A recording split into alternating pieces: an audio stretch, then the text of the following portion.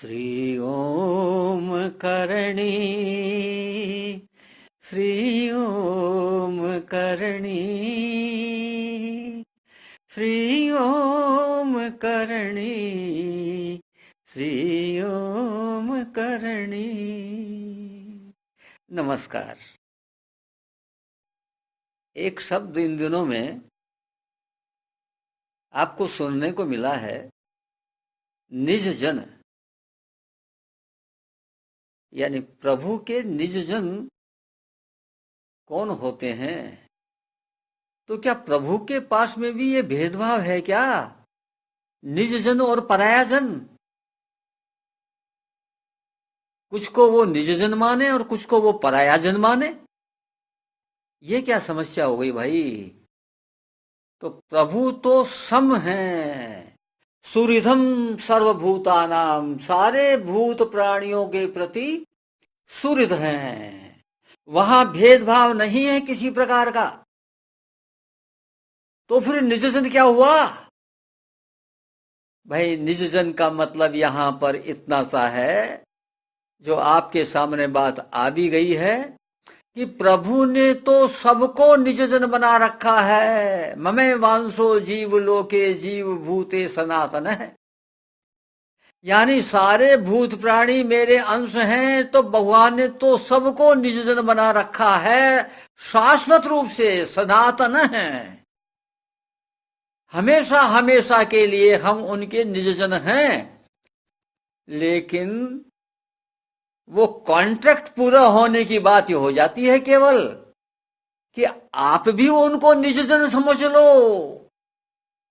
तो पक्के निज जन हो गए। वरना तो जैसे और निज जन है वैसे ही आप भी निज जन हो। इसलिए आवश्यकता इस बात की है कि हम समझें इस बात को कि हमें अपनी तरफ से प्रभु से कोई न कोई संबंध स्थापित करे रखना है। त्वमेव माता कहो, चाहे त्वमेव पिता कहो, चाहे तुम्हें बंधु कहो, चाहे तुम्हें सखा कहो, कुछ भी संबंध रखो प्रभु से, कोई न कोई संबंध बना लो। अब बनाते ही बात पक्की हो गई, फिर निज जन हो गए। अब सवाल यह आता है कि चलो भाई, भगवान के हम निज जन हो गए, पक्के निज जन हो गए, एग्रीमेंट पूरा हो गया, तो फिर क्या होता है? ये निज जन होने से हो क्या गया, हमको मिला क्या? देखो भाई, निज जन होने से भगवान के परम धाम में तो हम पहुंच ही गए, उनके पास तो हम पहुंच ही गए। और जैसे अपने परिवार में जो सदस्य होते हैं वो एक दूसरे का काम करते हैं, वैसे प्रभु भी अपने निज जनों को काम लेते रहते हैं, उनसे काम लेते रहते हैं, उनको काम बताते रहते हैं। उदाहरण के रूप में आपके सामने मैं एक दो बात रखूं। देखो, एक समय यहां पर पृथ्वी में ऐसी भयंकर स्थिति आ गई थी कि प्रजा पर जबरदस्त अत्याचार हो रहे थे। बाहर के आक्रमण, बाहर के आतताई आते थे, लूट के ले जाते थे। यहाँ के जो शहंशाह थे वो प्रजा को कष्ट देते थे। हालत बहुत खराब थी। तो फिर उस समय भगवान ने सोचा कि यदि प्रभा थोड़ी भक्ति की तरफ उन्मुख हो जाए तो इनका कष्ट कम हो सकता है।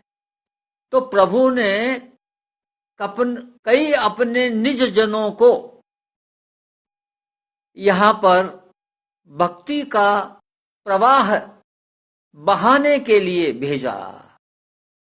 उदाहरण के रूप में जो आप जानते हैं, वाल्मीकि जी को कहा, भाई देखो तुम संस्कृत में दे के आए थे, अब संस्कृत पढ़ने वाले लोग नहीं रहे, फिर जाओ तुम संसार में और सरल हिंदी पद्य में कोई रचना दे के आओ।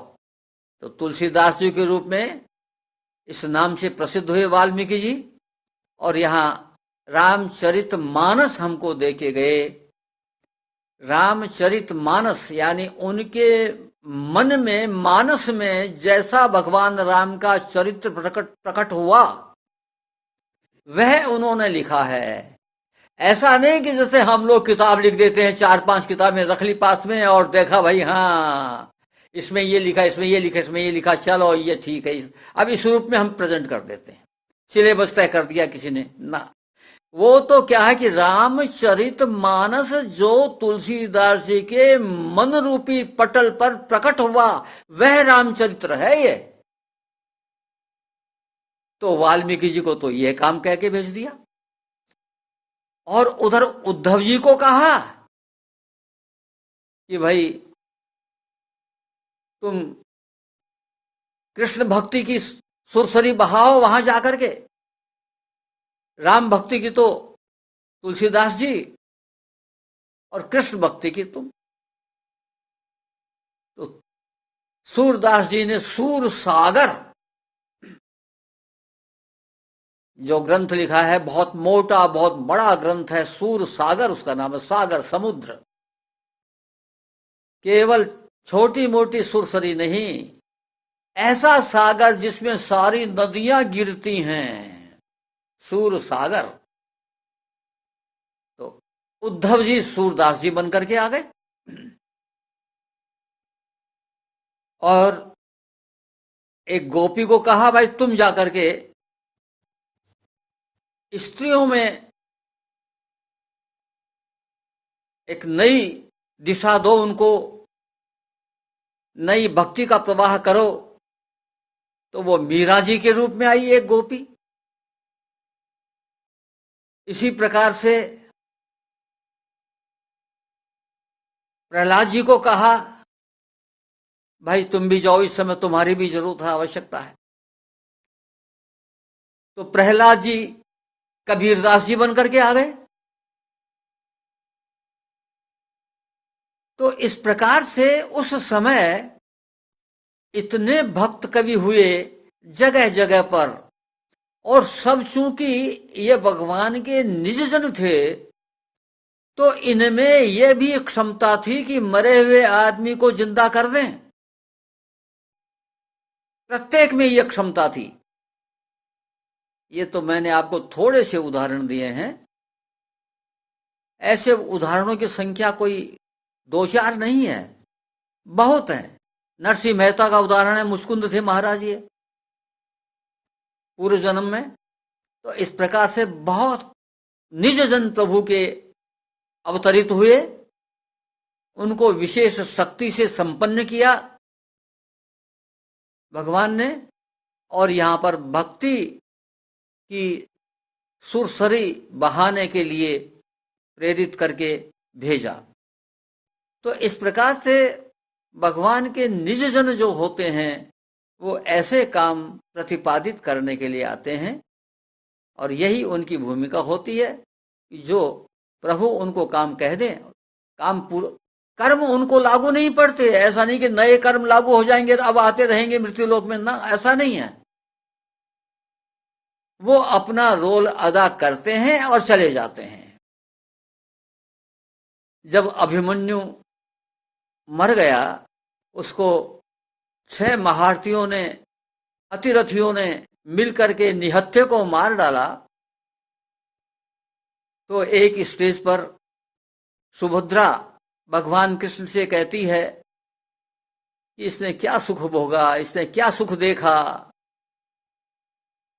तो भगवान कृष्ण क्या कहते हैं, इस बात को याद रखो कि भाई ये तो दिव्य लोक से दिव्य भोगों को भोगता हुआ मृत्यु लोक में कुछ कर्म करने के लिए आया था, जो भगवान ने इसको सौंपा था।